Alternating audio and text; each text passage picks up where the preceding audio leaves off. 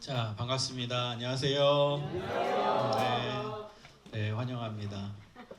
내가 환영합니다. 네, 제가 환영합니다. 자, 하나님의 말씀을 같이 한번 보도록 하겠습니다. 요한복음 10장 11절에서 13절까지의 말씀입니다. 요한복음 10장 11절에서 13절까지의 말씀입니다.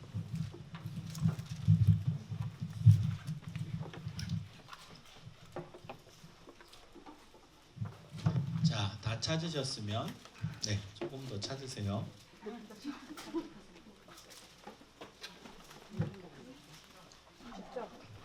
요한복음 10장 11절에서 13절까지 말씀입니다.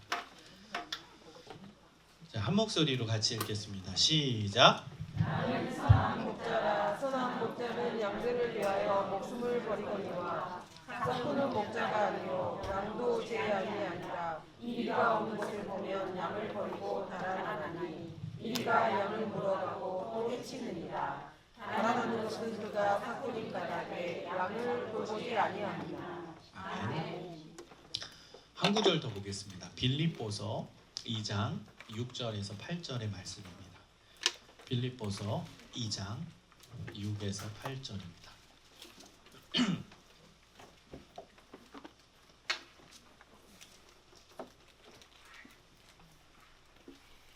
자, 읽습니다. 시작. 그는 근본 하나님의 본체시나 하나님과 동등됨을 취하여 여러 제비하지 아니하시고 오히려 자기를 비워 종의 형체를 가지사 사람들과 같이 되셨고 사람의 모양으로 나타나사 자기를 낮추시고 죽기까지 복종하셨으니 또 십자가에 죽으심이라. 아멘. 여러분, 우리의 교사의 모델은 예수님이십니다. 믿으십니까? 우리의 머릿속으로는 알아요. 예수님을 닮아야 된다. 근데 그것이 우리의 교육에 실제적으로 나타나야 돼요. 구현이 돼야 돼요. 그럼 교육은 반드시 바뀝니다. 여러분, 시대가 바뀌어도 변함없는 사실 하나는 교회학교 교사의 회복의 열쇠는 교사에게 있습니다. 그 교사가 예수님 닮은 교사가 될 때 교회학교는 바뀝니다. 회복이 됩니다. 반드시 됩니다.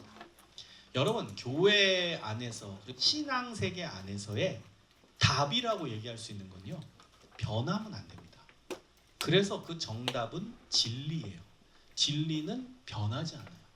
여러분, 예수님 닮은 교사가 돼야 된다, 이거는 100년 전에도 답이었고 50년 전에도 답이었고 100년 후에도 답이고 예수님 오실 때까지 다 답입니다. 그래서 이게 정답이에요. 정답은 바뀌면 안 되거든요. 이거대로 해야 교회학교는 회복되는 거예요. 근데 여러분, 예를 들어서 2021년도에 유행했던 게 메타버스입니다. 메타버스 들어보셨죠?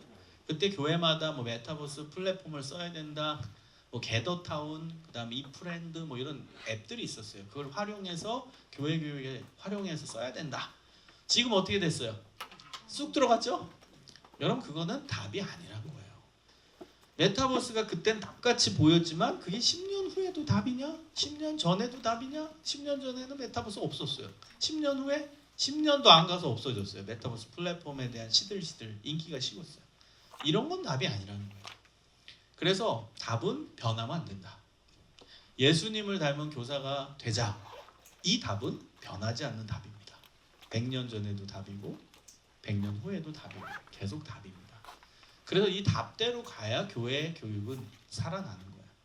그래서 결국 교회학교의 회복의 열쇠는 여러분에게 있어요. 교회학교 교사에게. 자, 예수님을 닮는다라는 것의 가장 구체적인 모습은 목자가 되는 거예요. 예수님이 이 땅에 오셔서 우리에게 보여주신 가장 대표적인 모습이 바로 목자입니다. 예수님은 우리에게 목자로 사역을 하셨어요. 여러분, 목자를 이야기하면 반드시 양을 떠올려야 되거든요. 양과 목자와의 관계를 봐야 좋은 목자가 어떤 목자인지를 알 수 있기 때문입니다. 여러분, 양을 주로 어디서 키우냐면 중동 지역의 광야지대에서 키웁니다. 성경시대에는 그곳에서 양을 방목하면서 키웠어요. 그런데 이렇게 방목하는 양들의 특징이 있는데요. 그것은 혼자서 할 수 있는 일이 없습니다. 여러분 양은요 세상에서 키우기 힘든 동물 중에 하나입니다. 왜냐? 자발적으로 혼자서 할 수 있는 일이 없는 동물이기 때문이에요. 그 말인즉슨 옆에 누가 있어야 돼요? 목자가 붙어 있어야 된다는 거예요. 그래서 힘들어요 키우기가.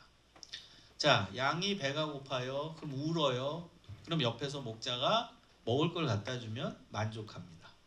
목이 마르면 울어요. 그럼 옆에서 그 양의 울음소리를 듣고 목자는 달려가서 마실 물을 줍니다.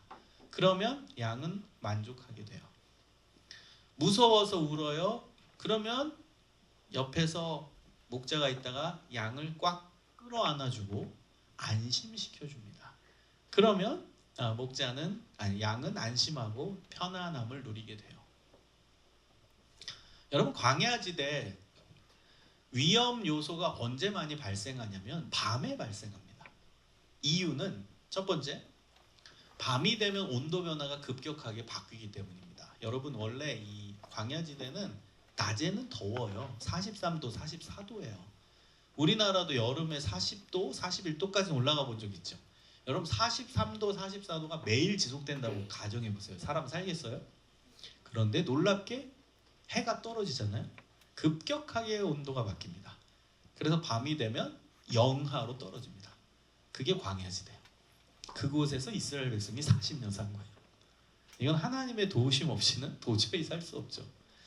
그러니까 여러분 양도 이 척박한 환경에서 살아가야 되니까 얼마나 힘들겠어요. 그래서 온도가 바뀌는 그 시점이 되면 얘가 불안에 떨어요. 양도. 물론 양은 털이 있기 때문에 온도 변화에 이렇게 민감한 동물은 아니라고 해요. 그래도 워낙 일교차가 크다 보니까 그 온도 변화를 감지하고 울기 시작해요. 그러면 옆에서 목자가 양을 꽉 안아주고 쓰다듬어 주면서 괜찮아, 내가 있잖아. 그 온도 변화에 적응을 시켜준다라는 거예요. 그러면 안심해서 스르륵 잠이 들게 돼요. 광야지대가 문제가 발생하는 두 번째 이유가 있습니다. 밤이 되면 이리들이 공격합니다. 이리. 성경에 이리가 나오죠. 늑대 이리입니다. 맹수예요, 맹수. 여러분 이 이리, 늑대, 이 맹수들이 낮에는 그 바위 틈에서 잠을 자요. 여러분 광야지대는요 사막을 생각하면 안 됩니다. 뭐 사하라 사막, 고운 모래로 이루어진 공간이 아닙니다. 광야지대는 돌들이 많아요. 그래서 걷기가 더 힘들어요. 그리고 여러분 혹시 성지순례 가면 꼭 방문하는 곳이 시내산인데요. 그 시내산은 시내 광야 가운데 있습니다. 끝트물에 있는데 그 시내 광야도 돌로 구성되어 있고요. 시내산도 돌산입니다. 돌이 많아요. 그래서 그 바위 틈에서 이 이리 늑대가 낮에는 잠을 자요. 그리고 밤이 되잖아요. 그럼 어떻게 되겠어요? 슬슬슬 기어 나와서 먹이 사냥을 하겠죠. 그들의 먹이는 누구예요? 양이죠. 그래서 양을 잡아먹으려고 양 냄새를 맡고 옵니다. 자, 양이 저기 있는 거예요. 이제 달려들려고 하는데 이 바보 같은 늑대 이리가 소리를 내고 와요. 꼭 조용히 오면 될 거. 그렇죠? 오 이러고 와요. 조용히 오면 되잖아. 전 어릴 때 그런 생각했어요. 그 경찰차도 소리 내서 오잖아요. 그럼 도둑 다 도망가는 거 아니야? 이런 생각 많이 했어요. 아, 조용히 와야지. 삐용 하면은 다 도망갈 거 아니에요. 이 늑대도 좀 조용히 오면 되는데 우 하고 온다고요. 그러면 양이 그 소리를 듣고 그 두려움을 감지해서 본인도 울어요. 그러면 목자가 옆에서 약간 졸았겠죠. 뭐 밤이니까 얘도 잘 수 있어요. 목자도. 그러다가 이 양의 울음소리를 듣고 딱 직감하는 거야. 늑대 오는구나. 이리가 오는구나. 그러면 어떻게 하냐? 양을 꽉 안아주면서 먼저 쓰다듬어 줘요. 그러니까 양을 잘 키우는 방법은 쓰다듬어 주는 거래요. 개도 비슷하죠. 잘 쓰다듬어 주면 안심해요. 그리고 나서 괜찮아. 내가 네 옆에 있잖아. 내가 너를 끝까지 지킬 테니까 걱정하지 마. 알았어? 너는 여기서 잠자면 돼. 그리고 이제 이리가 오면 목자는 목숨 걸고 싸웁니다. 여러분 목자의 무기는 막대기 지팡이밖에 없어요. 물론 뭐 막대기의 뭐 용도는 뭐 싸우고 그다음에 양들 이렇게 모으는 역할, 지팡이는 인도하는 역할 이렇게 나누긴 하는데 어쨌든 둘 다 무기입니다, 사실은. 그래서 그거 갖고 싸우는 겁니다, 목숨 걸고. 여러분 지금도 이렇게 양을 방목하는 민족이 있어요. 중동 지역에 가면 베두인이라고. 근데 지금은 무기들이 많대요. 늑대 1위가 오면 총도 있어요. 공포탄, 총, 뭐 전기 충격기, 뭐 무기가 많아서 괜찮대요. 그런데 성경 시대는 무기가 뭐밖에 없어요? 빡대기 지팡이밖에 없어요. 그거 갖고 싸우는 거예요. 여러분 그러면 이 1위가 개가 아닙니다. 강아지 아니에요. 얘 맹수예요. 점프합니다. 그래서 만약에 목자의 팔을 물면 목자 어떻게 돼요? 다치죠. 목을 물면 죽어요. 실제로 성경 시대에는 양을 키우다가 죽는 목자가 있었어요. 이 맹수들이 다 싸우다가 죽은 거예요. 여러분 오늘 본문 말씀이 이제 다시 읽힐 겁니다. 한번 10장 11절의 말씀을, 이게 핵심이기 때문에 다시 한번 읽어보겠습니다. 시작. 네, 다 적으셨군요. 자, 여기 앞에 나와요. PPT로. 한번 읽어보겠습니다. 시작. 너는 선한 목자라 선한 목자는 양들을 위하여 목숨을 버리거니와. 아멘. 여러분 여기서 나는 누구죠? 예수님. 양은 누구죠? 우리입니다. 여러분 예수님이 왜 최고의 목자이신 줄 아시겠습니까?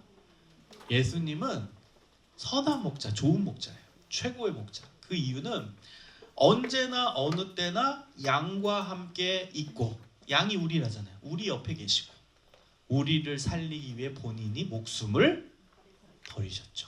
십자가에서 우리를 살리기 위해 죽으셨어요. 여러분 예수님은 이 말씀 하신 대로 실천하셨어요.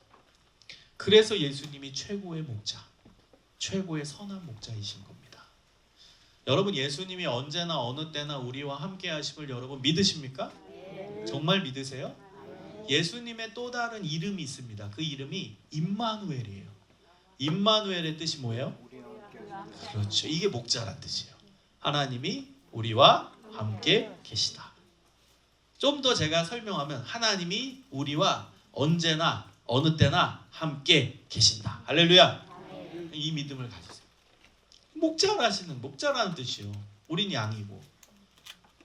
여러분 기독교 신앙은 예수님을 닮는 겁니다. 예수님이 우리의 좋은 목자다, 우리의 선한 목자다. 그러므로 우리도 우리 아이들에게 좋은 목자, 선한 목자가 되어야 된다. 이게 기독교 신앙이에요. 우리 신한교회 선생님들 성경 지식이 얼마나 되는지 한번 테스트해 보겠습니다. 제 눈을 다 피하고 계십니다. 안 어려워요. 한번 맞춰보세요. 성경을 보면 하나님이 자기 자신을 드러내시는 내용이 나와요. 그것을 하나님의 자기 계시라고 합니다. 드러내다, 계시하는 거예요. 자, 맞춰보세요. 내가 거룩하니 너희도 다 맞추셨어요.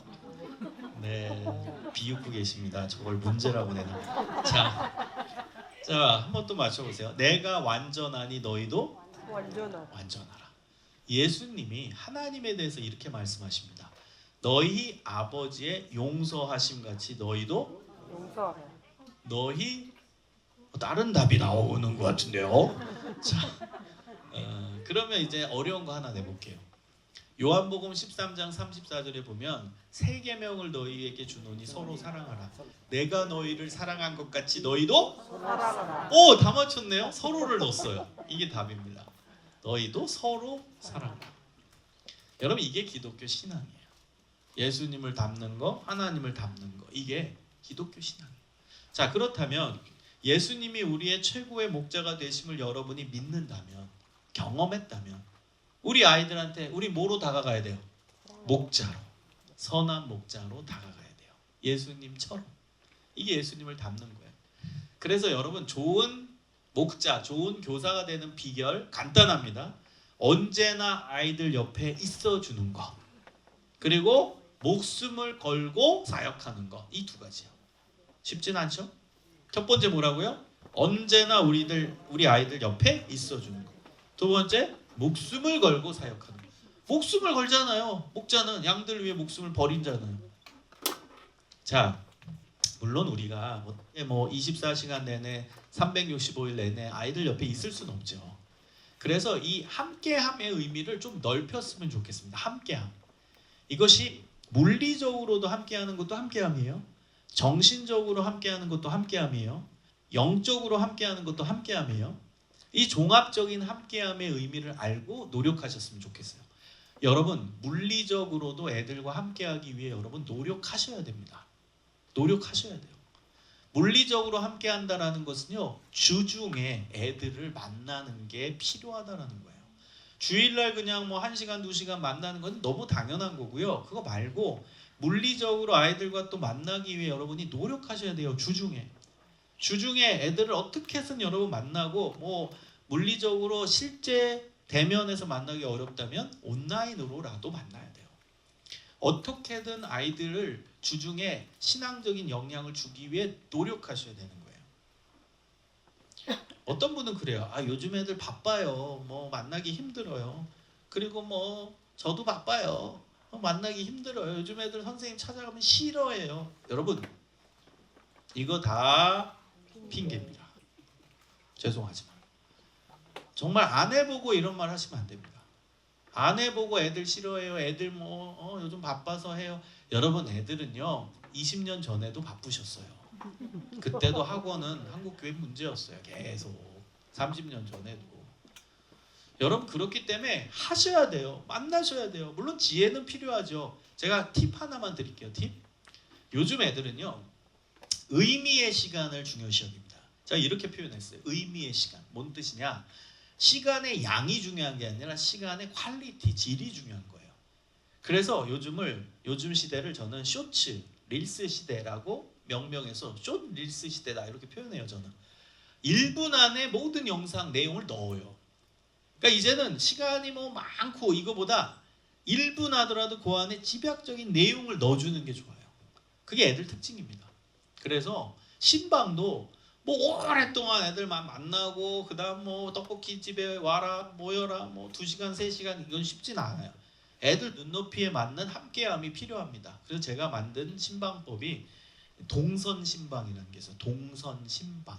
아이들의 동선에 나타나는 거예요. 뭐 어디에서 모여라가 아니에요. 애들의 동선. 학교에서 예를 들면 학원으로 간다. 그럼 그 동선에 나타나는 신방이에요. 그러면 애들 시간도 안 뺏고 부담도 적어요. 여러분, 대부분 여기 신방은 하실 거예요. 어떤 신방 하냐면 결석자 신방. 뭐 3주 빠졌다, 한 달 빠졌다. 그럼 하시죠. 근데 여러분, 결석자 신방은 신방으로 보면 안 돼요. 그건 신방의 개념이 아니에요. 왜냐하면 신방이란 아이들 대상으로 하는 신방에는 감동이 핵심입니다. 감동. 근데 감동은 언제 받는 줄 아세요? 예기치 못한 선물을 받을 때 감동이 오는 거예요. 여러분 그렇잖아요. 예기치 못한 선물을 받을 때 오는 거예요, 감동은. 그런데 예를 들어 3주간 교회를 빠졌어요. 그래서 안 되겠다. 이 학교 앞에 내가 가야겠다. 하고 학교 앞에서 선생님이 기다리고 있어요. 근데 3주 빠진 애가 교문 앞으로 나오다가 선생님을 만났어요. 어떨까요? 오늘 잘못 걸렸다. 어떤 생각이 있어? 막 선생님 반가워요 이럴까요? 아니죠. 고개 푹 숙이고 선생님 죄송합니다. 다음 주에 갈게요. 이러겠죠. 거기에 감동이 있어요? 없어요. 그래서 결석자를 만나는 건 여러분 신방이 아니라 그냥 좀 케어한다 아이들을. 그건 당연한 걸로 보셔야 되고, 신방의 핵심은 거기에 감동이 들어가야 돼요. 감동. 그래서 감동을 받으려면 일상적 신방이 필요합니다. 일상적 신방. 주일날 오늘 애들 만났어요. 이틀 후 화요일날 교문 앞으로 가는 거야. 그럼 얘가 나오면서 선생님 웬일이세요? 이틀 전에 학교에서 만났는데 어쩐 일이세요? 여기 지나가다가 너 보러 왔지. 정말요? 선생님 때 저 바빠요. 저 학원 가야 돼요. 아이 그래 가자. 학원 가자. 어디인데? 저기 10분 걸어가면 학원 나와요. 걸어가자. 그걸 걸어가면서 10분 동안 위로해주고 응원해주고 격려해주고 학원 앞에 도착하면 준비한 햄버거 세트 주고 힘내. 쉬는 시간에 먹어. 안녕. 선생님 간다. 멋지죠? 여러분 이런 동선신방. 애들 시간도 안 뺏고 그 의미의 시간. 짧지만 그 안에 집약해서 그 의미를 넣어주는 이 신방이 이제는 필요한 시대입니다. 그래서 여러분 어떻게든 물리적으로라도 애들을 만나기 위해 잠깐이라도 만나기 위해 노력하시고, 그리고 온라인으로도 뭐 카톡이라든지 SNS 하잖아요. 거기서 의미의 시간을 좀 주셔야 됩니다. 애들 눈높이만. 애들은 부담되면 안 하거든요. 부담을 어떻게 하면 주지 않을까? 예를 들어 큐티 모임을 카카오톡으로 한다고 해보세요. 그러면 선생님이 막 창세기 1장부터 뭐 2장 쫙 올리고 나서 그 다음에 거기다 연설문 쓰시고 그 다음 거기다 설교문 쓰시면 안 돼요. 본인이 은혜 받은 말씀에 설교문 쓰면 애들 안 읽어요.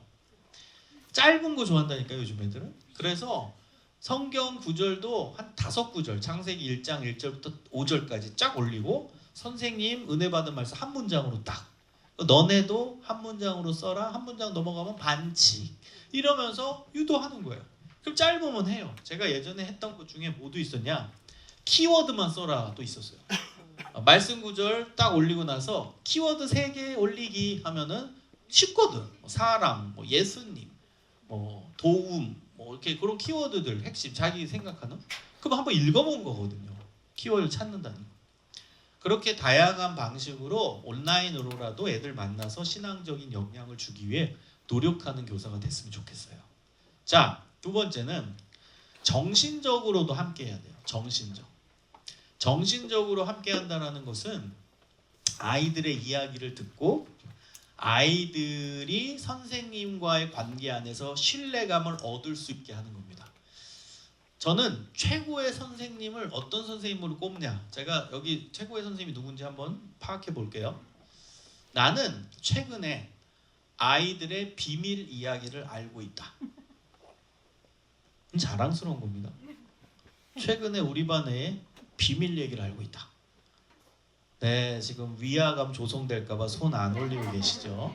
네, 몇 분 올리셨는데, 네, 여러분 그 선생님은 볼 것도 없이 최고의 교사입니다.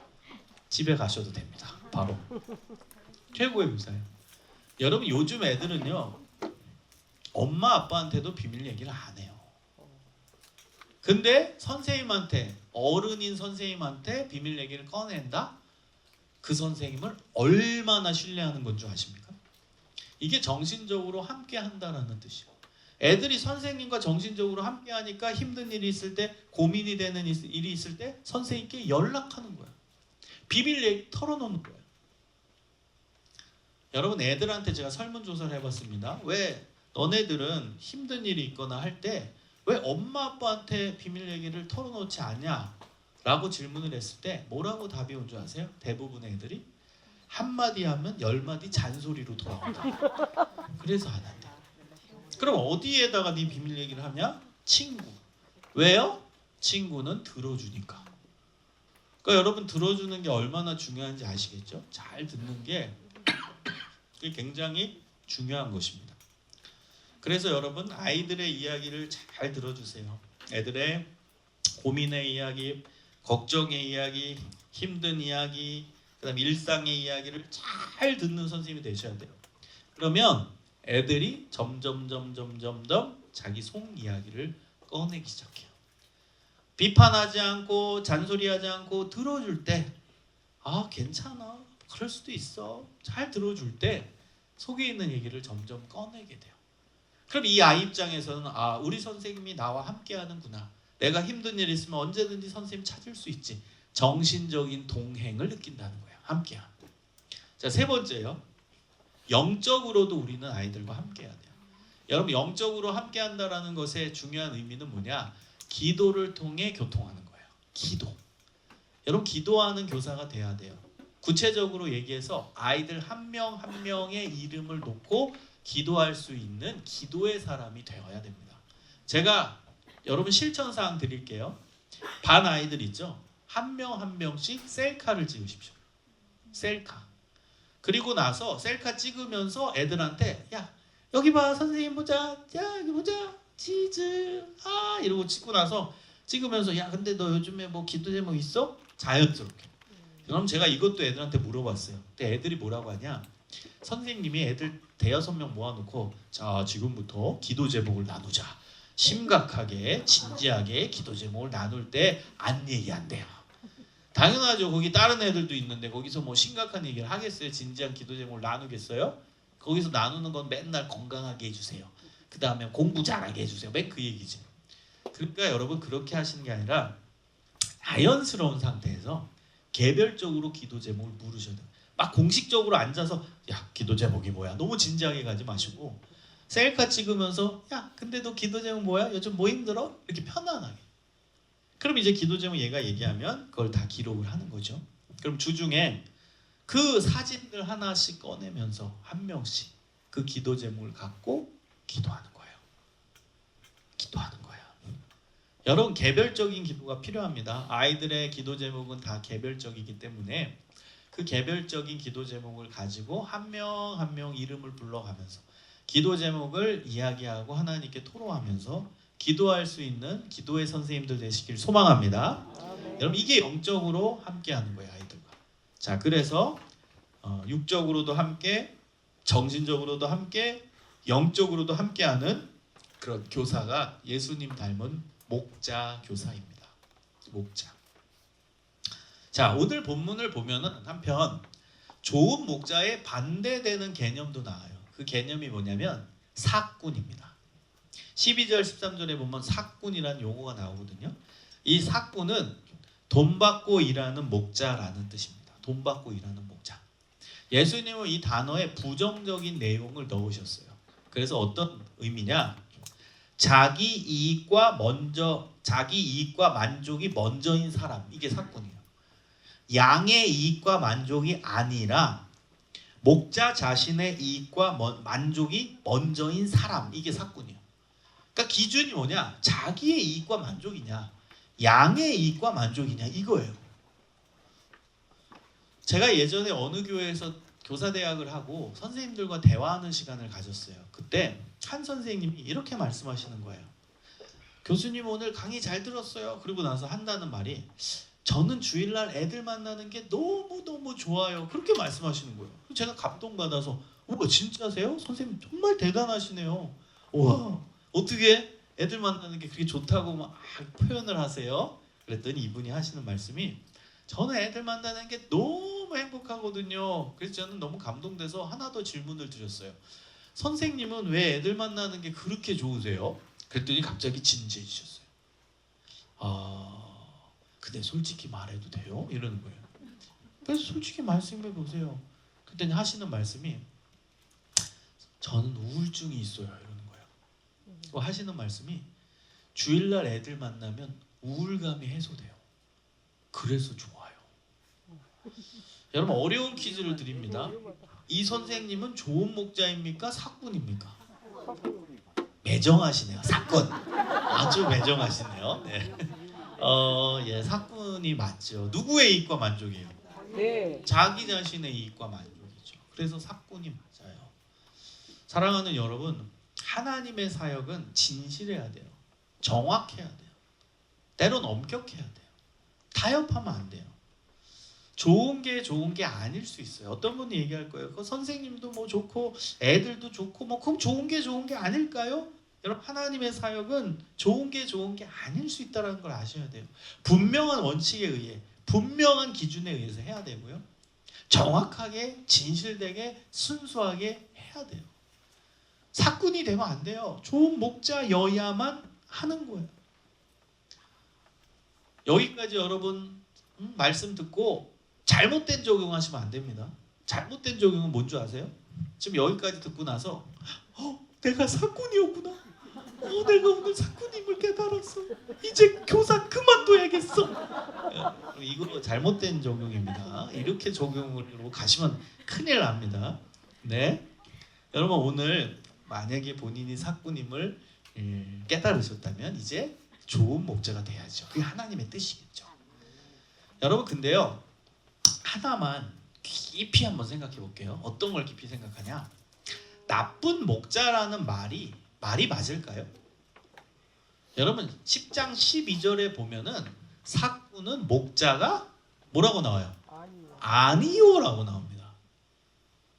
자, 그러면 사꾼은 목자가 아니오거든요. 그럼 나쁜 목자라는 말이 성립이 될까요? 안 되죠. 사꾼은 목자가 아닌데 나쁜 뒤에다가 목자라는 칭호를 붙일 수가 없겠죠. 그래서 여러분 목자라고 했을 때는 어떤 목자밖에 없는 거예요? 그렇죠. 선한 목자, 좋은 목자밖에 없는 거예요. 우리 신한교회 모든 선생님들은 다 목자입니다. 아멘. 그 말인즉슨 여러분은 다 좋은 목자인 것입니다. 우리 옆에 분들과 나눠봅시다. 당신은 좋은 목자입니다. 당신은 좋은 목자입니다. 다시 한번 당신은 정말 좋은 목자입니다. 당신은 정말 좋은 목자입니다. 정말 좋은 목자세요. 근데 우리 신한교회 선생님들은 되게 밝으세요. 너무 좋아요. 그래서 항상 미소 띤 얼굴이에요. 연기 아니죠? 미소 띤 얼굴이에요. 그래 너무 좋아요. 너무 밝으세요 진짜. 저는 많은 교회를 다녀보니까 비교가 돼요. 상대 비교가 될 수밖에 없어요. 많은 교회를 가니까 비교가 되는데 여러분은 정말 밝으세요. 그게 너무 좋습니다. 그래서 이렇게 밝게 행복하게 목자의 직분을 잘 감당하시길 소망합니다. 네. 여러분 목자와 양의 관계에서 한 개만 더 생각해 볼게요. 양은 혼자서 할 수 있는 일이 아무것도 없다라고 했잖아요. 근데 만약에 양이 지금 배가 너무너무 고파요. 그럼 울겠죠? 근데 오늘은 목자가 안 나타나. 너무 배고픈데. 그러면 이상하다. 와야 되는데 왜 안 와? 그러면 더 크게 울겠죠? 근데 안 와. 이상하다. 와야 되는데 왜 안 와? 더 크게 울어요. 근데도 안 와. 여러분 그럼 양은 어떻게 될까요? 배고프죠. 네, 배고픈 건 사실이죠. 여러분 제가 양을 좋아해서 동물학 책을 본 적이 있는데 거기 뭐라고 나오냐? 양의 심장은 인간의 심장과 비교할 수 없을 만큼 예민하답니다. 그래서 좀 놀래거나 무서우면 양의 심장 박동수가 기하급수적으로 올라간대요. 그리고 나서 잘못되면 심장 발작이 온대요. 그리고 그 심장 발작이 여러 번 지속되다가 잘못하면 심장 마비로 죽는데요. 여러분 그러니까 이게 무서운 겁니다. 양이 배가 고파서 우는데 결국 끝까지 안 나타나면 얘는 어떻게 될 수도 있다고요? 죽을 수도 있어요. 무서운 겁니다. 여러분 우리 아이들 옆에 교회 학교 교사인 우리가 없으면 얘네들 어떻게 될 수도 있다고요? 영적으로 죽을 수도 있어요. 여러분 신앙의 세계는요 올라가거나 내려가거나 둘 중 하나입니다. 근데 신앙의 세계는 올라가는 건 너무 힘들어요. 그러나 내려가는 건요 여러분 딱 2주만 교회 빠져보십시오. 그럼 완전 땅바닥으로 떨어집니다. 그럼 지금 오늘도 2주 빠진 아이 있죠 여러분 반에. 3주 빠진 아이가 있죠. 걔네들 잘못하면 지금 세상에서 방황하다가 영적으로 죽어 있는 거예요. 땅바닥에 떨어져 있어요. 여러분 가만히 있으면 안 돼요. 지금 이렇게 가만히 있으면 안 돼요. 어떻게든 걔네들 찾아와야죠. 영적으로 죽을 수도 있는 애들인데. 여러분 그래서 저는 교회 학교 교사가 사명이라고 확신해요. 사명. 이 사명이라는 단어가 원래 한자는 보낼사의 명령명입니다. 왕이 사신에게 명령해서 보내다 이런 뜻이에요. 그런데 제가 정의하는 사명의 한자는 일사자의 목숨명입니다. 그래서 정의 내리면 목숨을 살리는 일 이게 사명이에요. 목숨을 살리는 일. 여러분 왜 교회학교 교사가 사명이에요? 아이들의 영혼의 목숨을 살리는 일이니까. 할렐루야. 아멘. 여러분 우리들은 아이들의 영혼의 생명을 살리는 일을 하고 있어요. 그래서 사명이에요. 목숨을 살리는 일이니까. 근데 여러분 목숨을 살리는 일의 특징이 하나 있습니다. 어떤 특징이 있냐? 목숨을 걸고 해야 돼요. 우리 시대에도 목숨을 살리는 일을 하시는 분들이 있죠. 소방관 분들. 여러분 요즘에 뭐 산불 나가지고 소방관 분들 순직한 사례도 있고 하면서 안타깝잖아요. 그럼 불이 났는데 거기에 사람이 있어요. 그럼 이 소방관은 출동해서 그 생명 살리려고 불 가운데 뛰어들어요. 목숨을 살리려면 목숨을 걸고 해야 돼요.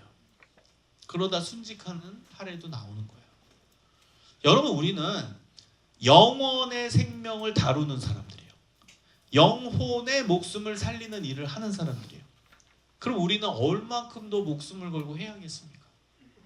이 8, 90의 인생의 생명을 살리는 일을 하는 게 아니라 영원한 생명을 살리는 일을 하는데 여러분 얼마나 더 목숨을 걸고 해야겠어요? 이게 사명감이에요. 사명감. 여러분 목숨을 걸고 하는데 거기에 희생과 손해가 없을 수 있을까요? 당연히 있습니다. 목숨을 걸고 하면 희생과 손해는 따라오기 마련입니다. 따라오기 마련이에요. 제가 고등학교 때 봉사 점수 이거 해야 돼서 대학 가려면 해야 되잖아요. 그래서 저희 지역에 있는 소방서에서 제가 일했어요. 고등학교 때. 목욕탕 청소했거든요. 소방서 안에. 그럼 소방관 분들이 불 끄고 와서 그 목욕탕에서 목욕을 하시는데 옷을 벗으면 흉터투성이에요. 이게 불똥이 튄 거예요. 몸에. 그 흉터가 얼마나 많은지 몰라요. 여러분 목숨을 살리는 일인데 어떻게 거기에 희생과 손해가 없을 수 있겠습니까? 목숨을 걸고 하는데 어떻게 희생과 손해가 없겠냐? 여러분 지금 교회학교 교사 사명을 감당하는데 힘든 게 많으시죠? 억울한 게 있으세요? 내 시간 맨날 교회에서 뭐 해라 와라 해가지고 개인 시간 가질 시간이 없어요? 쉬고 싶은데도 주말에 쉬지도 못해요? 애들 만나야 돼가지고 애들 신방해야 돼서 내 시간 다 쪼개서 시간의 희생이 있으세요?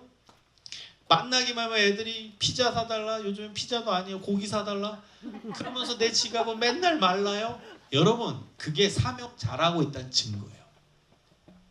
사명을 잘하고 있다는 증거예요. 생명을 걸고 하는데 거기에 어떻게 희생과 손해가 없을 수 있겠습니까? 그건 너무나 당연한 거예요. 희생과 손해가 따라온다는 게 그게 잘하고 있다라는 증거입니다. 증거.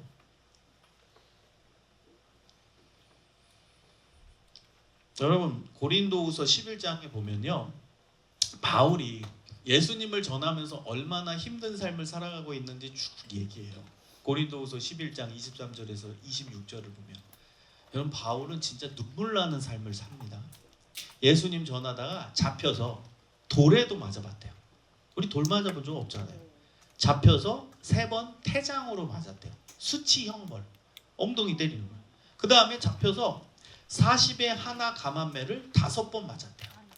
당시 율법에는 사람을 40대 때리지 못하게 했어요. 왜? 40대 때리면 사람이 죽는다고 봤습니다. 그럼 40에 하나 감한매면 39대죠. 그 말은 어떤 말이에요? 죽도록 맞았다 이겁니다. 죽도록 맞았다. 예수님 전하다 잡혀서 죽도록 맞았대요. 그리고 지중해 변을 끼고 이곳저곳 선교 여행을 다니거든요. 바울은. 근데 배가 파선해서 일주야를 바닷속에 있었대요. 표류했대요. 강을 건너다가 익사할 뻔했대요. 그다음 강도 만나서 죽을 뻔했대요. 그리고 굶었대요. 추웠대요. 헐벗었대요. 그 다음 유대인들은 자기를 죽이려 했대요. 유대교는 예수님 인정 안 하거든. 근데 바울은 예수님 전하는 우두머리였거든. 잡아서 죽이려 했대요. 이방인도 바울을 죽이려 했대요. 당시 이방인들은 로마의 속국 사람들이에요. 로마는 로마 황제 숭배 사상을 주입합니다. 근데 바울은 예수님 전하죠. 잡아서 죽이려 했어요. 그러니까 바울은 예수님 전하다가 어마어마한 고난을 당하며 살았다라는 거예요. 여러분 근데 이 다음이 중요합니다. 이렇게 본인이 자기 이야기를 하고 나 이렇게 고생스럽게 산다. 그런데 이것이 억울해서 얘기하는 게 아니야. 이것이 나의 영광이야. 할렐루야. 이것이 나의 면류관이야. 이게 내 영광이래요. 그렇게 고난당하는 게.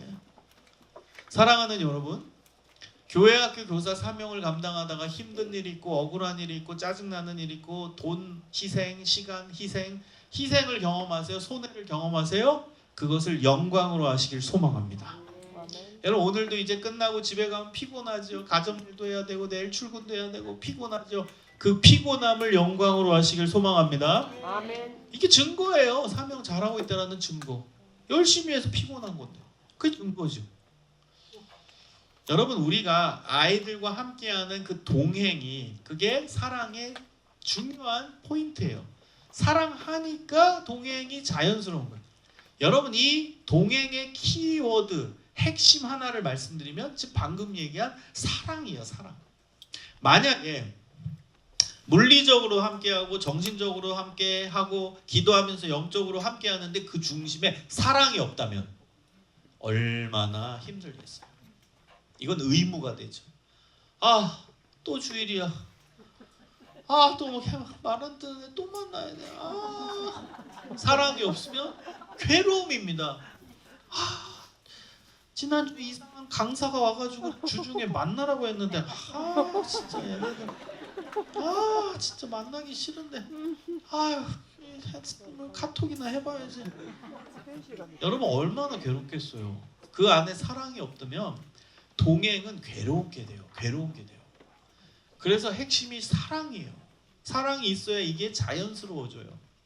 물론 여기서 여러분 사랑이 중요하다라는 걸 모르시는 분이 어디 있겠습니까? 근데 중요한 점이 있습니다. 여러분 사랑에도 레벨이 있어요. 사랑에도 정도가 있어요. 그래서 우리가 찾아야 될 건 뭐냐? 하나님은 어느 정도의 사랑을 우리에게 요구하시냐 이걸 봐야 돼요. 그게 답입니다. 그 하나님이 원하시는 사랑, 우리에게 요구하시는 사랑이 뭐냐? 제가 성경에서 답을 찾았어요. 그 답이 친자녀입니다. 친자녀 사랑입니다. 여러분 제가 비유를 하나 들어볼게요. 제 딸이 6학년 때 보니까 일찍 집에 오더라고요. 2시. 지금은 훨씬 컸는데요. 옛날 얘기입니다. 6학년 때 보니까 2시면 집에 와요. 여러분은 지금부터 초등학교 6학년 딸을 둔 부모입니다. 근데 오늘은 어찌된 영웅이 이제 2시 반이 됐는데도 안 와요 집에. 어떡하실래요? 전화하겠죠. 그렇죠. 한두 번 했는데 두세 번 했는데 세네 번 했고 계속 하는데 안 받아요. 전화 거는 사이에 시간은 흘러서 3시가 됐어요. 안 와요. 어떡하실래요? 그쵸. 찾으러 가겠죠. 얘 어디 있는지 온갖 곳 헤매겠죠. 근데 아무리 다녀도 없어요. 시간만 흘렀어. 4시가 됐어. 여전히 안 와 집에. 어떡하실래요? 경찰에 신고해야지. 경찰에요? 신고한다고요? 네, 경찰에 신고하신답니다.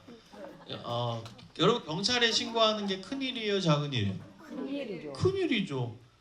여러분 지금 2시에 와야 되는데 4시가 됐는데 안 오면 경찰에 신고하는? 이거 부모니까 그렇죠? 근데 여러분 제3자 입장이 돼보십시오. 제3자 입장에서는 사실 고작 2시간 있는 거예요.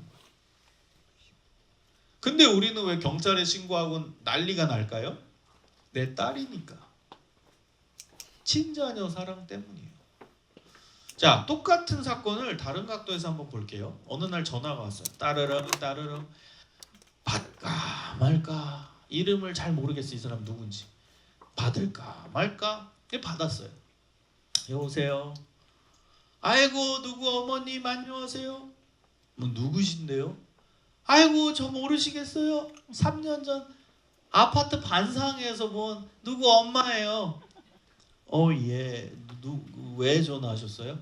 아이고 큰일 났어요. 큰일 났어요. 저희 딸이 6학년짜리가 있는데 2시면 집에 와야 되는데 지금 4시가 됐는데 아직도 집에 안 와요. 어떡하면 좋을까요? 큰일 났어요. 큰일 났어요. 여러분 좀 웃지 말고 심각하게 들으세요. 저는 연기를 잘 못해요. 자, 여러분이 그런 전화를 받는다면 어떻게 답을 하실래요? 여러분 친딸처럼 똑같이 그럴까요? 아니요. 아니죠. 다르겠죠. 3년 전 아파트 반상에서 처음 본 아주머니 사랑 안 해요. 그분의 딸 몰라요. 아무도 안 사랑해 그 사람들은. 그러면 제가 만약에 그 전화를 받았다면 저는 굉장히 차분하게 이성적 판단을 하면서 그분께 조언을 해드렸을 것 같아요. 조언. 아이고 그런 일이 있으셨군요. 아이고 근데요 요즘 애들 엄마 아빠 전화 안 받으려고 무음으로 해둬요. 그래서 엄마 아빠 아무리 전화해도 몰라요. 그리고 얘네들 요즘 뭐 PC방 가잖아요. 그럼 게임 음악을 엄청 크게 해놔서 못 들어요. 핸드폰. 다 그러면서 커요 얘네들. 몇 학년이라고 하셨죠? 6학년. 사춘기구나. 아유 사춘기 들어갔네요 걔는. 요즘 애들 다 그러니까 엄마가 좀 이해해 주세요. 지금 4시잖아요. 조금만 기다리면 6시 되면 와요. 밥 먹을 때 되면 배고프면 오더라고요. 조금만 더 기다리시면 될 것 같아요. 그분께 조언을 해드렸을 것 같아요. 여러분 같은 사건인데 왜 이런 다른 반응이 나올까요? 이게 사랑하냐 안 하냐의 결정적 차이인 거예요. 내가 우리 딸을 정말 사랑하니까 가만히 있을 수 없지만 이 3년 전 아파트 방송에서 본 아줌마 딸 모르거든. 그러니까 이성적 판단을 하고 자연스럽게 조언이 가능한 거예요. 여러분 누가복음 15장에 보면 예수님의 잃은 양 비유가 나옵니다. 여기 양 100마리가 있는데 99마리 양은 여기 있어요. 근데 한 마리 양이 도망갔어요. 그럼 머리가 잘 돌아가는 이성적 판단이 되는 목자라면 99마리 양을 잘 지키는 게 맞아요. 아까 제가 설명했죠. 만약에 그 한 마리 양 찾겠다고 떠났다가 99마리 양 중에 배고픈 양 나오고 무서운 양 나오고 심심한 양 나오고 그럼 어떻게 된다고요? 잘못하면 죽을 수도 있어요. 더 큰 손실이 일어날 수가 있습니다. 그래서 99마리 양을 잘 지키는 게 더 현명한 길일 수 있어요. 그런데 지금 이 목자는 눈앞에는 99마리 양이 여기 있거든. 그러니까 이 99마리 양은 현재는 있기 때문에 얘네들을 신경을 안 쓰는 게 있으니까 일단. 근데 누가 없어요? 한 마리 양. 걔한테 꽂혀서 이성적 판단이 마비된 채 몸이 반응해서 뛰쳐나가는 거예요. 여러분 이게 진짜 사랑이에요. 이게 친자녀 사랑이에요. 여러분 친자녀 100명이 있다고 해봐 한 명이 없어졌어. 그러면 여기 애들 잘 관리하는 건 맞지만 그 한 명 찾으러 가야죠. 이게 친자녀 사랑이에요. 여러분에게 이 사랑이 과연 있냐라는 거예요. 우리 안에 이 사랑이 진짜 있냐라는 거예요. 여러분 교회학교 상황으로 다시 돌아와서 생각을 해볼게요. 오늘 빠진 아이 있죠? 2주 빠지고 3주 빠지고 어떤 마음이세요? 어떤 마음이세요? 그냥 조금 뭐 아이고 왜 안 왔지 이 정도입니까? 여러분 아까 전에 부모는 2시간만 지나도 경찰에 신고한다고 얘기해요. 집에 안 들어왔는데. 여기는 하나님의 집입니다. 애들이 2주 3주 동안 가출한 거예요. 하나님 집에 안 들어온 거예요. 근데 여러분 어떻게 가만히 있을 수 있겠어요? 가만히 있을 수 없죠. 얘네 어디 있는 거야? 얘네 세상에서 방황하다 죽는 거 아니야? 영적으로 어떻게 된 거야? 막 난리치면서 이곳저곳 뛰쳐나가야죠. 그게 당연한 부모 아닙니까? 그게 부모의 사랑 아니겠어요, 여러분? 여러분 만약에 아까 가정의 비유로 돌아와가지고 2시가 됐네? 왜 안 오지? 아유 뭐 이따가 오겠지 뭐. 4시네? 왜 안 왔지? 무슨 일 있다? 아유 오겠지 뭐. 여기 이런 부분 없거든요. 근데 우리의 그 합리화와 변명 속에는 이런 말투가 있다는 거예요. 애들 학원 갔나? 다음 주면 오겠지. 에이 뭐 놀러 갔나? 엄마 아빠 같이? 요즘 뭐 벚꽃 시즌이 시작되는데 놀러 갔나? 에이 뭐 끝나면 오겠지. 다음 주면 오겠지. 우리의 말 속에는 너무 합리화합니다. 학원 때문에 안 갔나? 뭐 놀러 가서 안 왔나? 다음 주면 오겠지. 끝나면 오겠지. 너무 쉽게.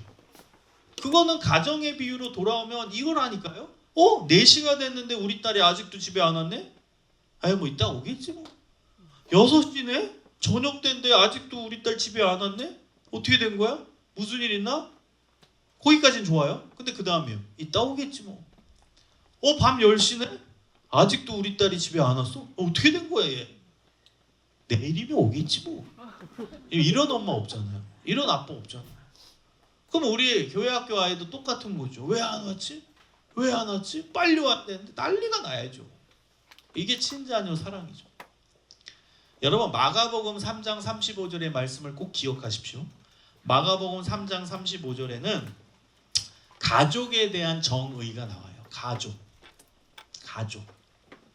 누가 내 형제요 자매요 어머니냐? 누구든지 하나님의 뜻대로 행하는 자가 내 형제요 자매요 어머니니라. 여러분 형제 자매 어머니는 친가족이란 뜻이에요. 이 말씀을 제대로 해석하기 위해서 필요한 구절이 요한복음 6장 29절의 말씀입니다. 요한복음 6장 29절에는 이런 구절이 나와요. 하나님의 일은 하나님이 보내신 자를 믿는 것이니라. 하나님이 보내신 자 누구예요? 예수님. 예수님 믿는 것이 하나님의 일이래요.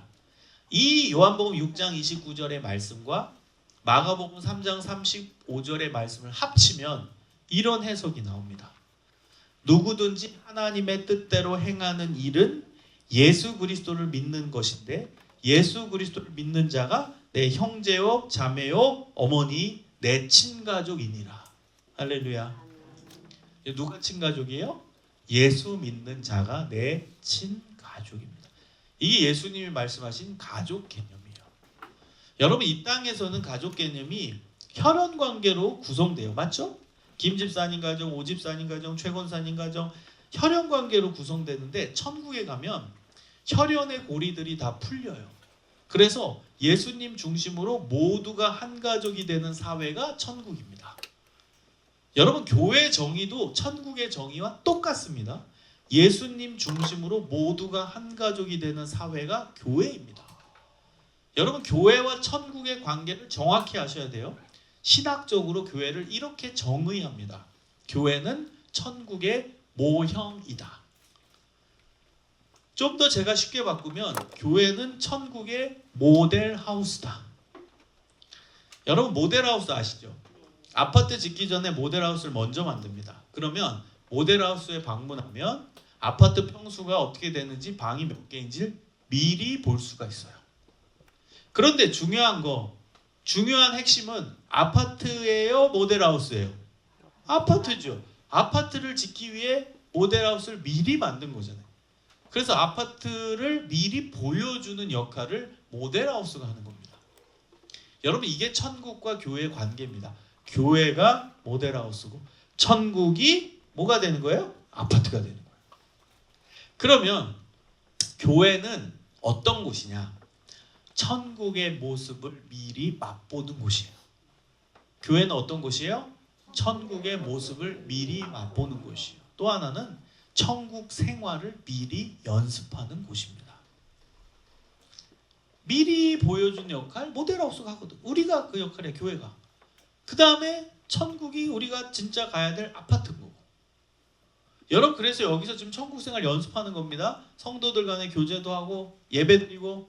우리 천국 가면 그거 하는 거예요. 성도들 간에 교통이 일어나고 보좌에 계신 어린 양께 경배와 찬양 예배 드리는 곳이 천국입니다. 여기서 연습하고 있는 거예요. 자, 그러면 여러분 교회도 한 가족인 거예요. 예수님 중심으로 모두가 한 가족이 되는 세상, 사회, 교회예요. 교회. 천국의 정의와 똑같아요. 그러면 여러분 옆에 분들은 나의 누구예요? 옆에 분 한번 보세요. 너무 사이 좋으시던데. 옆에 분은 예수님 믿죠? 정말 믿죠? 그럼 예수 믿는 자가 내 친가족이라고 했죠? 그럼 옆에 분은 나의 누구예요? 더 강조해요. 친가족이에요. 한번 여러분 이게 상징적 개념이 아닙니다. 예수님 말씀하신 진짜 친가족 개념이에요. 자 나눠봅시다. 옆에 분 보시고 자 우리는 친가족입니다. 우리는 친가족입니다. 한 번 더. 우리는 영원히 볼 사이입니다. 물론 안 좋아하시는 분들이 있네요. 영원히 본다. 여기는 지금 모델하우스예요. 우리 아파트 가야 되잖아. 그래 영원히 봐야지. 영원히 천국 가서. 자 그렇다면 내가 교회 학교에서 만나는 아이들을 생각해 봅시다. 걔네들 예수님 믿어요? 교회 학교 여러분이 맡고 계신 아이들 예수님 믿어요? 그러면 걔네들과 나와의 관계는 어떻게 되는 거예요? 친가족 관계죠. 내가 부모 입장이라면 걔네들은 누구예요? 친자녀죠. 여러분 이걸 회복하시길 소망합니다. 여러분 교회 학교 아이들을 이제 친자녀로 받아들이십시오. 친자녀처럼이 아닙니다. 그냥 친자녀입니다. 예를 들어 여러분 오늘 집에 가셔서 아들 딸들한테 야 오늘부터 내가 너를 친딸처럼 대할게. 친아들같이 사랑할게. 맞아요 틀려요? 맞아요. 맞아요?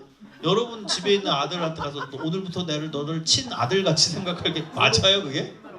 틀렸죠. 걔는 그냥 친아들 친딸 인구죠. 교회 학교 애들도 똑같다는 거예요. 친아들같이 친딸처럼이 아니라 그냥 친딸 친아들입니다. 예수님 말씀입니다. 여러분 이 말씀을 실천할 수 있는 힘과 의지와 사랑의 능력이 있길 소망합니다. 아멘. 여러분 이것이 바로 예수님을 닮는 삶이고 예수님 닮은 교사가 되는 비결입니다. 여러분 마지막으로 하나만 더 생각을 해볼게요. 예수님이 우리에게 오셔서 보여주신 두 번째 중요한 모습이 있는데요. 그 모습은 바로 코치의 모습입니다. 코치. 저는 교육을 두 가지의 방향으로 생각을 해요. 첫 번째 방향은 트레이닝, 두 번째 방향은 코칭입니다. 트레이닝을 하는 사람을 트레이너라고 해요. 코칭을 하는 사람을 코치라고 해요. 이건 완전 다른 개념입니다. 자, 먼저 트레이닝부터 볼게요. 트레이닝을 하는 사람을 트레이너라고 합니다. 요 단어가 어디서 왔냐? 트레인에서 온 거예요. 트레인, 트레이너, 트레이닝. 자, 트레인이 뭐죠? 영어 사전에서 찾으면 기차입니다. 기차. 트레인. 여러분 만약에 제가 3시에 광주역에 기차 타러 갔다고 해보세요. 그런데 조금 늦어서 3시 1분에 도착했어요. 그럼 기차는 저를 기다리고 있어요? 출발했어요? 출발했어요. 제가 돌아오라고 해도 안 돌아옵니다. 여러분 주도권이 기차에게 있어요? 손님에게 있어요? 자, 이게 비유로 든 겁니다. 기차가 교회학교 교사고 손님이 우리 아이들이에요. 그럼 주도권이 아이들에게 있는 거예요? 교회학교 교사에게 있는 거예요?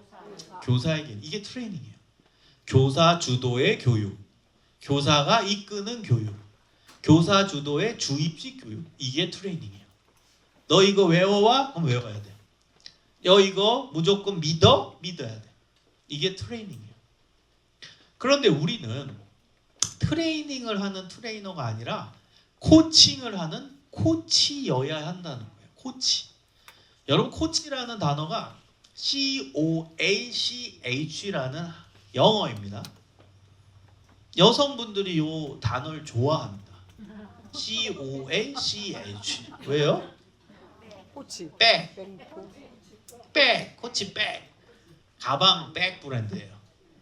그래서 이 가방을 여러분 보면은 브랜드 마크가 있거든요. 브랜드 마크가 뭐냐? 마차예요. 마차. 뉴욕이라고 써있고 마차라고 새겨져 있을 거예요. 근데 더 정확히 얘기하면 중세 유럽의 헝가리 지역에 있던 마을 이름이 코치입니다. 그 마을에서 첫 번째로 마차가 만들어졌다고 합니다. 여러분 마차는 지금의 택시와 같은 역할을 합니다. 손님을 기다려요. 그래서 손님이 타잖아요. 그럼 손님 어디로 모실까요? 그러면 산으로 갑시다. 그럼 산으로 가. 바다로 갑시다. 바다로 가요. 집으로 갑시다. 그럼 집으로 가요. 여러분 주도권이 마차에게 있나요? 손님에게 있나요? 손님에게 있죠. 아까와 반대죠. 이 마차가 교회학교 교사고 손님이 우리 애들이에요. 그러면 누가 주도권 있는 거예요? 애들이. 그래서 마차의 역할은 손님의 눈높이를 맞추고 손님의 필요를 채워주는 역할을 하거든요. 그럼 교회학교 교사 역할도 똑같다는 거예요. 애들의 눈높이를 맞추고 애들의 필요를 채워주는 거예요. 근데 아이들의 필요라는 건 육적인 필요, 정신적인 필요, 영적인 필요가 다 있거든요. 그래서 이 3가지의 필요를 골고루 채워주는 교사가 최고의 코치 교사입니다. 예를 들어 볼게요. 초등학교 2학년 아동부 아이가 교회에 왔습니다. 그리고 선생님한테 얘기합니다. 선생님, 저는 교회만 오면 이상하게 배가 고파요. 피자 사줘요. 얘는 지금 무슨 필요를 요청하고 있죠? 육적인 필요. 중요해요, 안 중요해요? 중요합니다. 먹을 거 먹여주고 선물 주고 중요해요. 저는 수없이 많은 수련회를 인도한 사람이고 지금도 수련회 사역을 하는데요. 결론 내렸어요. 밥만 맛있으면 최고의 수련회. 애들 입장에서. 제가 제일 억울할 때가 언제냐면 분명히 저녁 집회 때 막 눈물 콧물 흘리고 막 은혜 받았거든. 근데 피드백 보면 별로 안 좋게 나와요. 이유는 밥 때문이에요. 반대도 있어요. 별로 얘네 반응 없네 해서 이번 수련회 별로였네. 그렇게 쓸 것 같다고 보는데 밥이 맛있으면 좋은 수련회, 최고의 수련회라고 씁니다. 핵심은 밥이에요. 밥이 맛있어야 돼요, 수련회는. 네, 여러분 이게 육적인 필요입니다. 중요하다라는 거예요. 정신적인 필요를 채워주는 건 아이들의 이야기를 들어주고 아까 얘기한 아이들 비밀 이야기, 고민의 이야기, 힘든 이야기를 들어주는 거. 이게 정신적 필요를 채워주는 거예요. 자, 그리고 고등학교 2학년 고등부 아이가 교회에 30분 전에 왔어요. 그리고 앉아가지고 성경을 읽고 있는 거예요. 마태복음 5장. 이런 애 현실에서는 거의 없어요. 자, 마태복음 5장을 펴서 쭉 읽는데 다 읽고 나서 선생님한테 얘기하는 거예요. 선생님, 마태복음 5장 읽었는데 뭔 소리인지 잘 모르겠어요. 알려주세요. 선생님이 나도 모르는데 하면 안 되죠. 자, 얘 지금 무슨 필요를 요청하고 있죠? 영적인 필요를 요청하고 있는 거죠. 그래서 좋은 코치 교사는 아이들의 육적인, 정신적인, 영적인 필요를 골고루 채워주는 교사입니다. 그리고 제가 현역에 좋은 교사들을 이제 모아서 샘플 조사를 해봤어요. 그랬더니 좋은 교사, 좋은 코치 교사는 6가지 역할을 다 하더라고요. 여러분 이 6가지 역할을 다 하면 최고의 코치 교사가 됩니다. 6가지 역할 외우세요. 두 번째 줄에 나오는 거예요. PPT에. 교사, 역할 모델, 지원자, 상담자, 친구, 선배. 6가지 역할을 다 하는 거예요. 여러분 교사의 역할은 뭐냐면 말씀의 지식과 정보를 전달하는 역할이에요. 우리는 공과 교육을 할 때 말씀의 지식과 정보를 애들한테 전달하는 역할을 하는 거예요. 그게 교사 역할이에요. 두 번째는 훈육입니다. 훈육. 여러분 훈육도 필요해요. 훈육은 잘못된 길로 갈 때 돌아오게 하는 역할을 하는 거예요. 교회 학교 아이가 욕을 해요. 못하게 해야 돼요. 교회 학교 아이가 거짓말해요. 못하게 해야 돼요. 이게 훈육이에요. 교사의 역할 2가지 외웠죠? 말씀의 지식과 정보 전달. 두 번째 훈육. 자, 그 다음 큰 두 번째가 역할 모델입니다. 우리들은 아이들의 모델이 돼야 돼요. 역할 모델. 기도의 모델, 말씀의 모델, 제자들의 발을 씻기시는 모델, 보여준 예수님처럼 섬김의 모델. 우리가 모델이 돼야 돼요. 인격의 모델, 말의 모델. 그래서 내 모습을 보고 애들이 따라하게 해야 돼요. 그게 우리 역할이에요. 역할 모델. 자, 세 번째는 지원자입니다. 여러분 지원자는 선물 주는 역할이에요. 선물 주게 하다고 했죠? 근데 그 선물을 돈 주고 사는 선물만 생각하지 마세요. 칭찬도 선물이에요. 그 다음에 말로도 선물 줄 수 있어요. 카카오톡 메시지로 선물 줄 수 있어요. 이모티콘 보내면서 선물 줄 수 있어요. 다양하게 아이들 위로하고 응원해주고 희망을 주는 그게 지원자예요. 자, 네 번째는 상담자입니다. 여러분 상담자는 아이들의 이야기를 듣는 역할을 하는 거예요. 아이들의 이야기, 인생의 이야기, 고민의 이야기, 평범한 이야기, 일상의 이야기를 듣는 역할을 하는 게 상담자입니다. 자, 5번째 친구. 친구는 노는 겁니다. 아이들과 같이 노는 거예요. 유치부 선생님이라면 유치부 애들과 같이 노는 거예요. 야, 장난감 나도 갖고 놀자. 인형 나도 갖고 놀자. 같이 노는 거예요. 중고등부 애들은 유튜브 채널 뭐 봐요? 선생님도 좀 같이 보자. 야, 같이 좀 보자. 노는 거예요. 마지막 6번째는 선배입니다. 선배는 아이들의 인생의 시간을 먼저 살아간 선배로 다가가는 거예요. 여러분 애들과 나와의 관계를 잘 보면 인생의 선후배 관계입니다. 맞죠? 나도 유치부 시절이 있었어요. 중학교 시절, 고등학교 시절 다 있었어요. 그래서 우리가 애들을 이해할 수 있는 거죠. 우리도 그 시간을 다 경험해 봤기 때문에. 여러분 애들의 인생의 선배로 다가가는 좋은 팁을 하나 드리면 어떤 팁을 드릴 수 있냐면 내가 가르치고 만나고 있는 아이들 나이대에 선생님이 경험한 예화, 일화를 꺼내주는 거예요. 예를 들어 볼게요. 중학교 3학년 아이가 교회 왔어요. 선생님 지난주에 수학 시험 봤는데 망했어요. 저 힘들어요. 그러면 선생님이 위로해 주면서 선배로 나가려면 어떻게 해야 되냐? 내가 중3 즈음에 실패한 예화를 꺼내는 거예요. 여러분 중요한 팁 하나입니다. 성공한 예화는 절대 꺼내면 안 돼요. 실패한 예화, 못한 예화, 실수한 예화. 아이고 그랬어. 아이고 힘들었게 난 괜찮어. 다음에 잘 보면 되지. 괜찮아. 야 선생님도 중3 때 그 중간고사 때인가 수학 답안이 밀렸어. 선생님 20점 맞았어 그때. 우리 엄마한테 죽을 뻔했다. 여러분 이렇게 얘기하면 얘는 위로가 되고 선생님이 내 인생의 선배구나를 깨닫게 돼요. 근데 반대로 위로는 잘해줬어. 아우 괜찮아. 다음에 잘 보면 되지. 근데 자기가 잘한 걸 꺼낸 거예요. 근데 너 그거 아냐? 중3 때 선생님은 수학 대천재 소리 들었어. 이러면 얘는 집에 가고 다시 나가요. 그러니까 여러분이 못한 거, 실패한 거, 실수한 예화를 꺼내는 거예요. 그 나이 때. 애들 좋아합니다. 이게 선배로 나가는 좋은 팁이에요. 다 외웠죠? 6가지?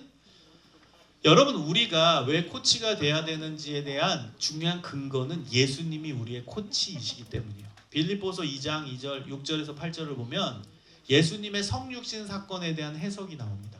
전지전능하신 하나님께서 인류 구원을 위해서 인간의 눈높이를 맞춰서 이 땅에 내려오셨어요. 여기 보세요. 정의. 인간의 영적인 성장과 성숙을 위해 인간의 눈높이를 맞추고 그 다음 이 땅에 오셔서 인간의 필요를 채워주셨어요. 육적인, 정신적인, 영적인 필요를 다 채워주셨어요. 갈릴리 지역의 가난한 자들에게 먹을 거 주시고 병든 자 위로하시면서 예수님은 인간의 육적인 필요를 채워주셨어요. 안 나오네요. 육적인 필요를 채워주셨어요. 그 다음에 예수님은요, 정신적으로 억눌리고 힘든 사람 위로하시면서 정신적 필요를 채워주셨고, 하나님 나라를 가르치시고 말씀을 증거하시면서 인간의 영적인 필요를 채워주셨어요. 그 다음 예수님 우리 방금 외운 두 번째 줄에 그 6가지 역할도 다 하셨어요. 말씀 가르치신 교사셨죠. 잘못된 길로 갈 때는 돌아오라고 제자들 훈련시키셨죠. 그 다음 예수님 역할 모델이셨어요. 기도의 모델, 말씀의 모델, 제자들의 발을 씻기시는 모델, 인격의 모델이셨어요. 예수님은 우리의 기도를 응답해 주시는 분입니다. 믿으세요? 예수님의 이름으로 기도합니다. 아멘 하잖아요. 그럼 기도 응답 주시죠? 아까 지원자 뭐 하는 역할이라고 했어요? 선물 주는 역할이라고 했잖아요. 그 기도 응답이 선물이에요. 예수님 우리에게 선물 주시는 분. 그 다음 상담자. 여러분 예수님과 성령님의 공통된 별명이 하나 있습니다. 그게 뭐냐? 보혜사입니다. 요한복음 14장에 예수님이 이렇게 말씀하세요. 내가 또 다른 보혜사를 너희에게 보내리니. 예수님이 보혜사고 또 다른 보혜사 누구예요? 성령님이에요. 보혜사에 해당되는 헬라어 단어가 파라클레토스입니다. 가장 포괄적인 번역이 상담자입니다. 예수님 우리의 상담자예요. 자, 그 다음에 요한복음 15장 15절에는 예수님이 이렇게 말씀하십니다. 너희는 나의 친구라. 예수님 우리의 친구예요. 그 다음 마지막 6번째, 예수님은 우리 인간의 고난의 선배이십니다. 예수님 이 땅에서 모든 고난을 다 당하시고 십자가에서 최악의 고통을 경험하심으로 우리 인간이 이 땅에서 경험하는 모든 고난을 공감하시는 고난의 선배이십니다. 여러분 어때요? 예수님 최고의 코치 맞죠? 그래서 우리가 예수님을 닮아 코치가 되어야 되는 것입니다. 이게 본질입니다. 여러분 예수님을 닮아서 좋은 목자, 좋은 코치들이 되어주시기를 간절히 소망합니다. 여러분 믿겠습니다. 그런 좋은 교사들이 되시기를 소망합니다. 정보만 드리고 마칠게요. 이거 옛날 사진인데 제 제자들이 올리는 유튜브 채널이 있어요. 그래서 뭐 기독교 교육 리더십 연구소나 사춘기 연구소 유튜브 채널에 오시면 제 강의 영상들이 올라가져 있을 겁니다. 제자들이 올리는데요. 보시면서 좀 도움 받으실 것은 도움 받고 또 공부도 하실 수 있으면 좋겠습니다. 그리고 제 책을 좀 소개하면요. 제가 책을 좀 많이 쓰는 사람이에요. 그래서 공저까지 한 25권 책, 그다음 다음 주에 책 하나가 또 나오는데요. 그 중에서 이제 좀 베스트셀러가 된 책이 객관적으로 6권이 있습니다. 이거는 실제 베스트셀러가 된 책들인데 그거를 잠깐만 소개를 하고 마무리할게요. 제목이 중요해요. 왜? 제목에 전 의미를 담으니까. 너는 커서 어떤 나무가 될래? 저는 우리 아이들이 나무라고 생각해요. 그래서 초중고 대학생 아이들 멘토링하는 책입니다. 이 아이들을 우리가 잘 키우면 얘네들 열매 맺는 아름다운 나무, 귀한 나무들이 될 거라고 저는 확신을 합니다.